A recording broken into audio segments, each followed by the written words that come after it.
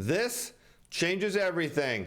I'm your host, Steve Van Metre, and thanks for joining me today. In our lead story today, we have a shocking announcement by Walmart. I'm going to show you what the big retailer just said and why it's an ominous sign for the U.S. economy.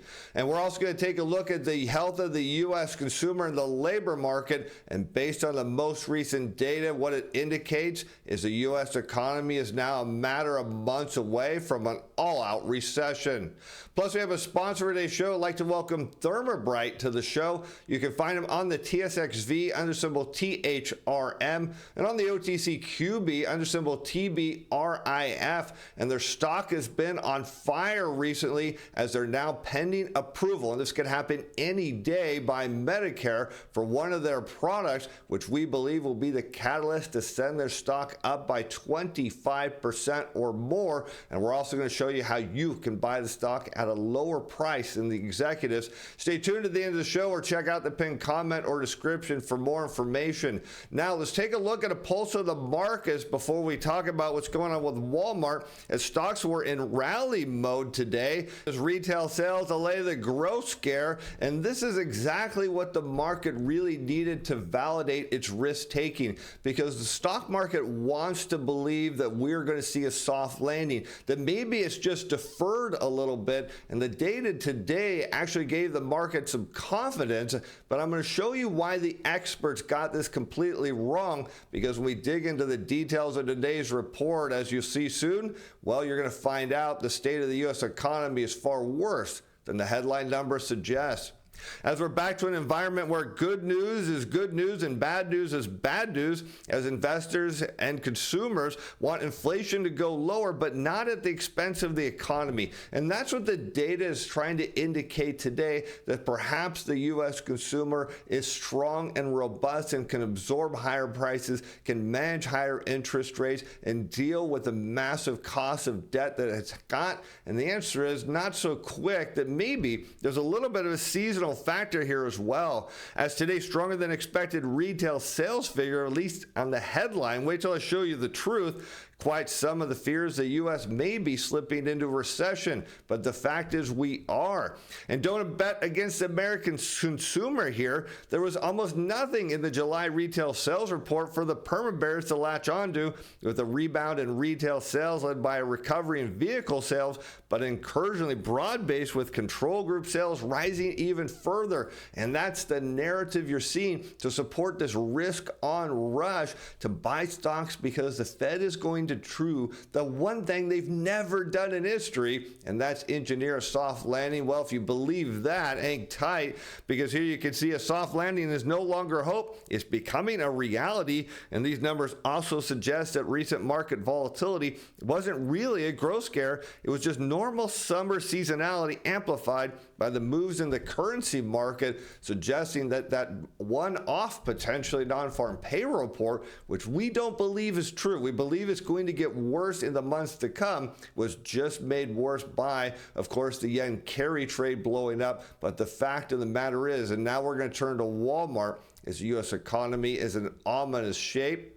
And now Walmart lists full guidance outlook on bargain hunting shoppers. Now I want you to think, if we were engineering a soft landing, well, you wouldn't see consumers looking for a deal that much, because they would be talking about how the money is flowing and opportunity is coming. But one place there is opportunity, that is the stock for our sponsor of today's show, Therma Bright. Again, you can find them on the TSXV under symbol THRM and on the OTCQB under symbol TBRIF. The stock went on fire here coming out of the supply zone, tagged the upper zone here, is pulling back, finding support. And keep in mind that pending approval could be announced any day, and we think that will send it up into this upper supply zone, realizing a potential 25% gain or more. Again, stay tuned to the end of the show for more information, as we're seeing the consumer continues to be discerning, choiceful, and value seeking, just focusing on essentials. This is from the CEO of Walmart.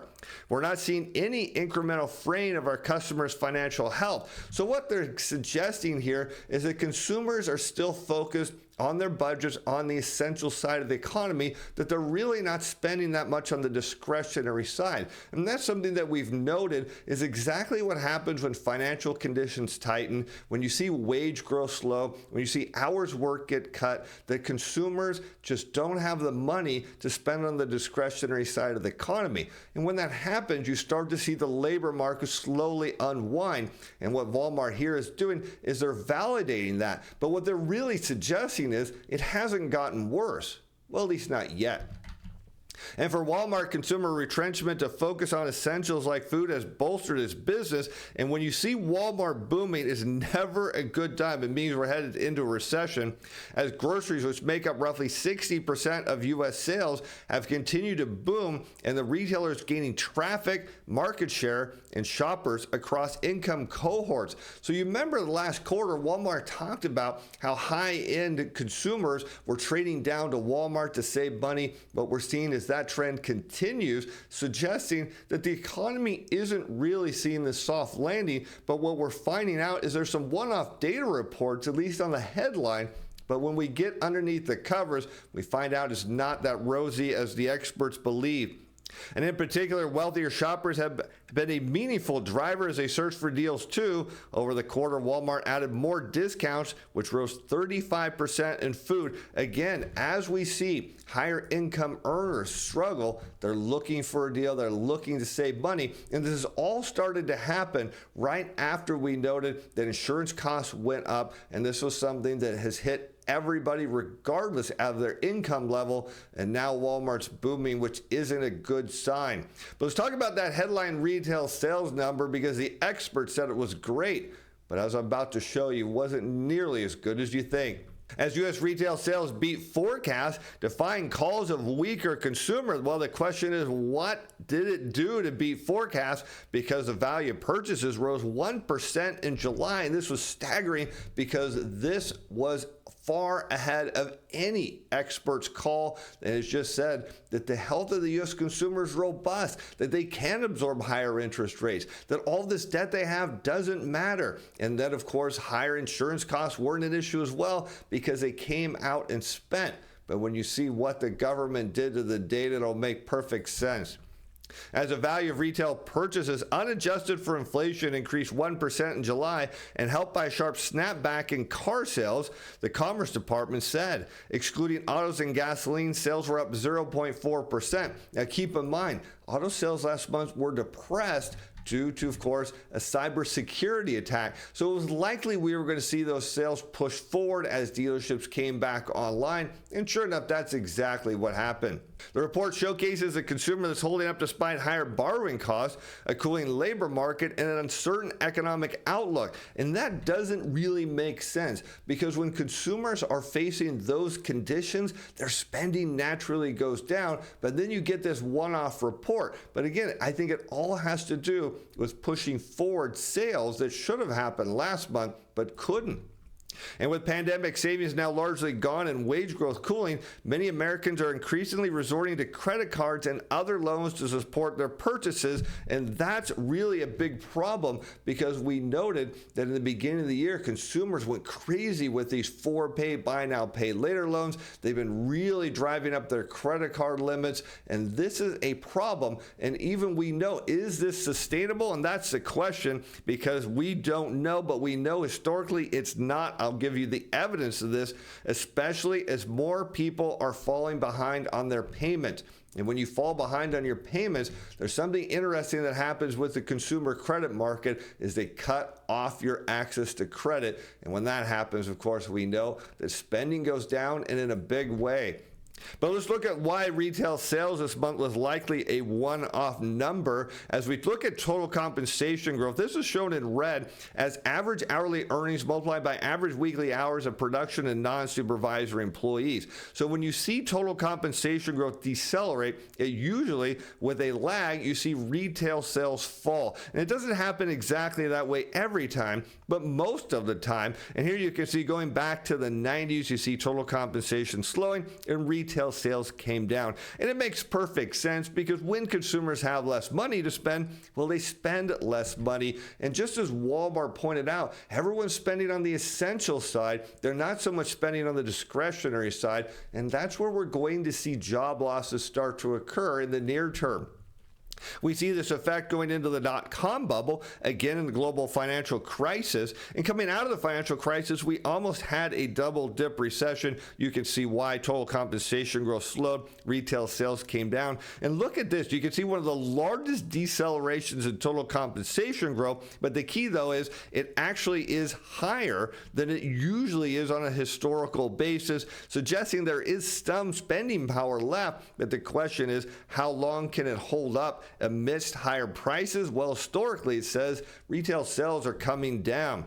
And this also comes back to the labor market, which we'll look at in more detail here, because you look at how people go on unemployment and then get stuck there. And so we talk about the discretionary side of the economy because as consumers focus on spending on things they must have, they stop spending on things they'd like to have. And as that sales drop, well, that means hours worked and jobs get cut there. People go on the unemployment line and unfortunately get stuck there for a while. And what we see here is as continued claims go up when people are on unemployment, which means they have less income, well, naturally their spending has to go down. You see retail sales decline. So what we're seeing here is continued claims kind of edge up still. They're very slowly moving in an upward direction, but then we get this one-off report. But there's other data because we talk about delinquencies. And again, when consumers enter delinquency, of course, that means credit lines are getting cut off. And you can see that effect here as we look at the delinquency rate on credit cards in red. And you see as that goes up, well, what we note is retail sales growth slows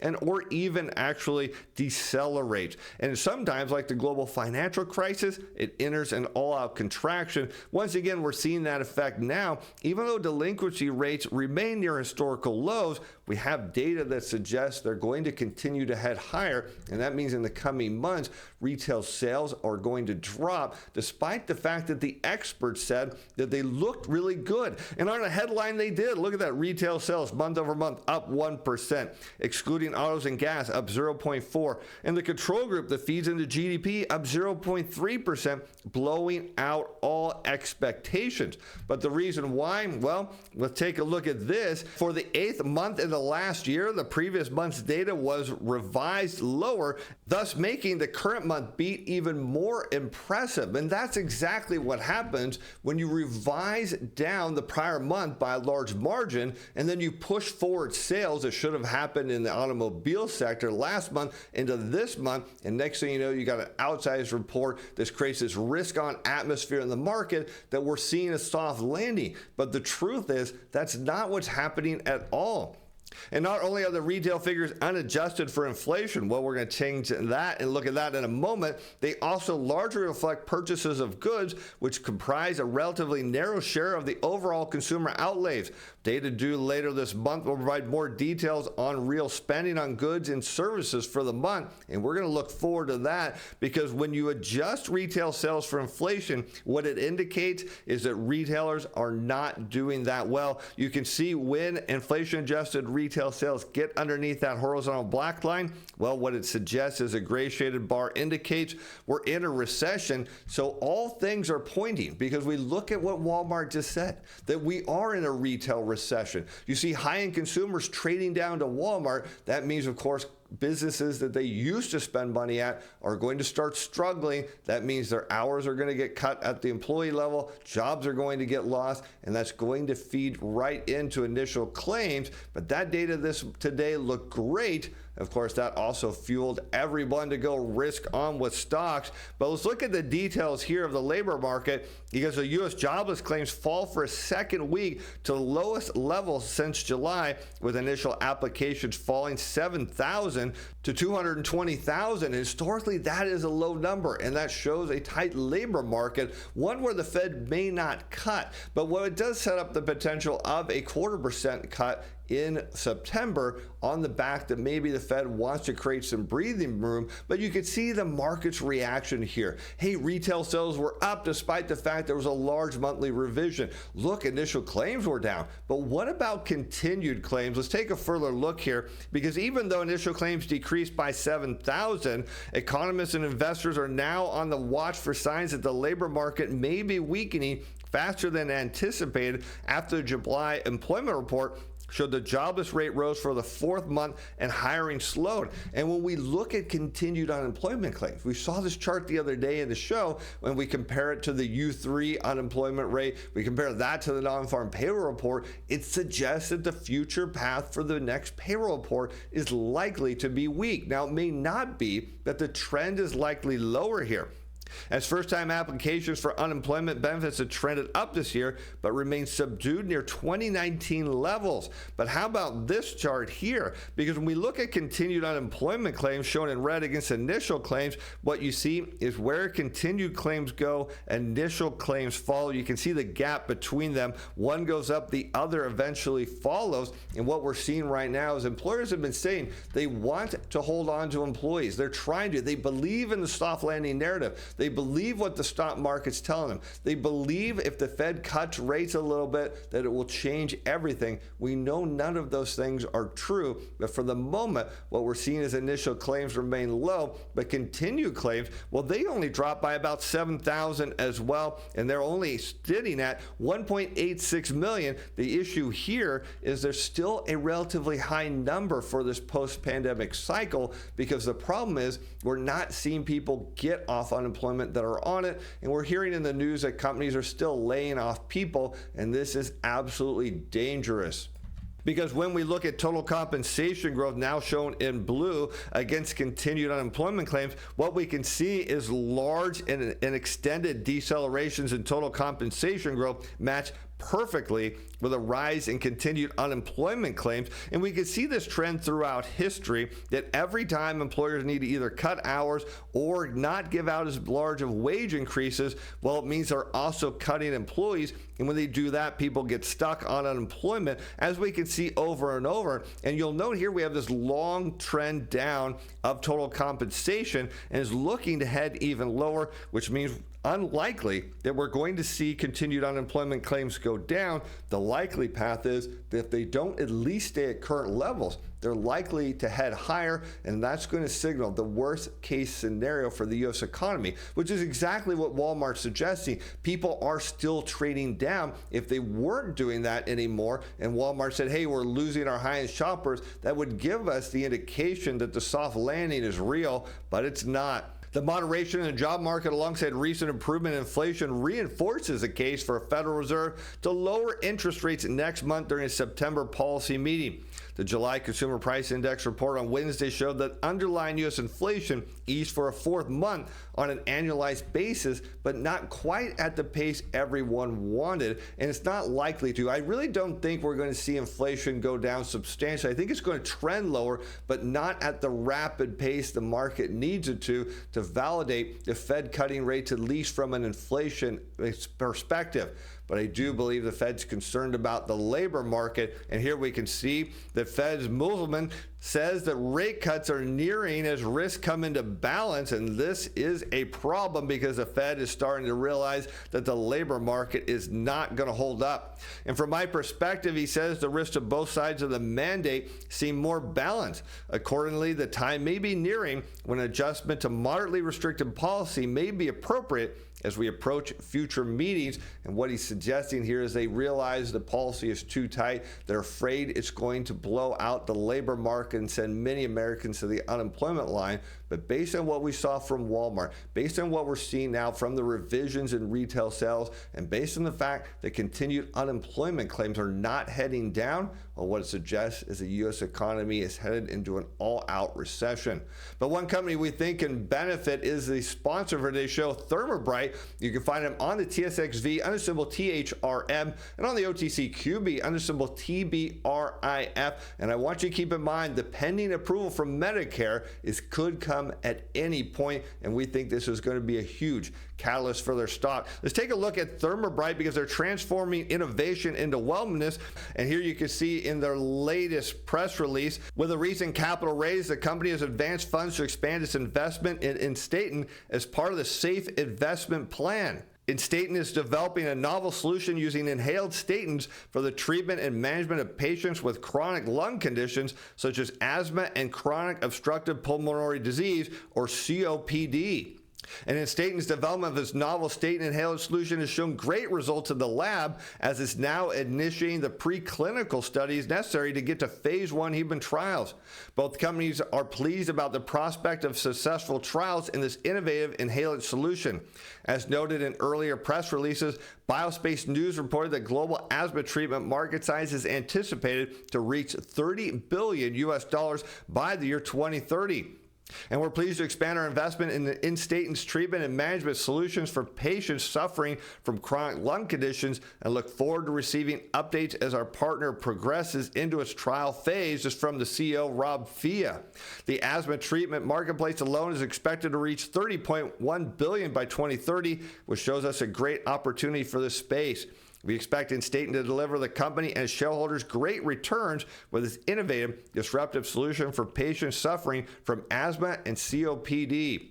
And here you can see they've received positive notification from the USDAHS's Centers for Medicare and Medicaid, as they've been informed the company of their pending permanent current procedural terminology and healthcare common procedure coding system codes for its VenoWave VW5 device, anticipating notification and approval. This could happen. I want to stress this: any day, at any time, this could come through, and this could be a huge catalyst for their stock, as you're about to see. Again, check them out on the TSXV under symbol THRM, and on the OTCQB under symbol TBRIF. All the details in the pinned comment description below. As shared in prior releases, the Centers for Disease Control and Prevention estimates that over 900,000 U.S. citizens are impacted by deep vein thrombocytosis and pulmonary embolism alone each year. And Research and Markets Global Research and Market Digital Research both projected the deep vein thrombocytosis global market alone to reach between $1.26 billion by 2028 and $1.554 billion by 2032. And we're patiently waiting confirmation from the CMS, which is expected in a matter of days. This again from the CEO of Therma Bright.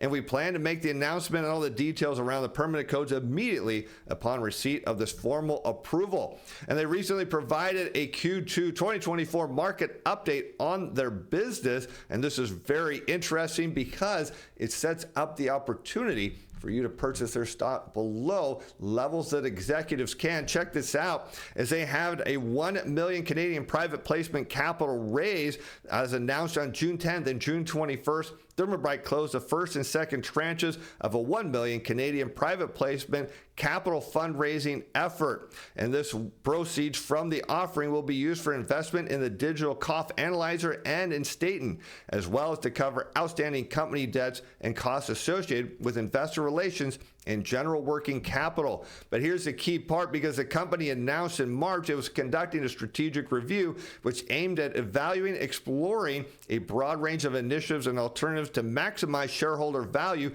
including continuation as a standalone public business, engagement with a strategic investor or acquisition, or 3, a merger or spinoff that may involve all or part of the company's assets, or 4, other options to be discovered.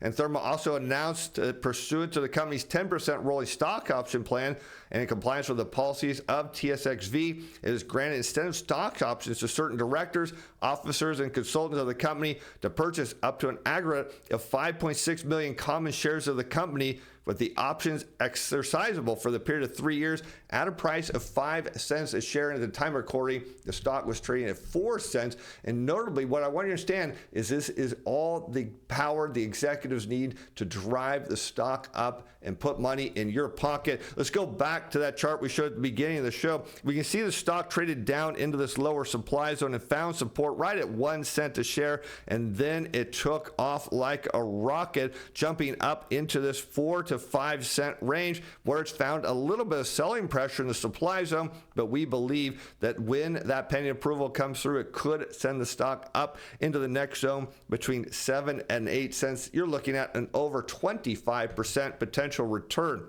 And we can zoom in, and what we find out is that buyer support was very strong and drove the stock up into that supply zone. You can see today it was pulling back, getting ready to set the next stage higher. And as we zoom in, you can see support over the last 10 days was at 3 cents a share. And again, stock trading at 4 cents with upside potential to break out over 5, as again, the executives and directors and officers of the company now highly motivated to send Therma Bright stock to the moon, and you can go with a ride with them. And as always, with any company we feature on our show, you're under no obligation to purchase their stock. Be sure to do your own research before placing any trades. And with that, I'm Steve Van Metre. Thanks for watching. Thanks for being fans. Bye now.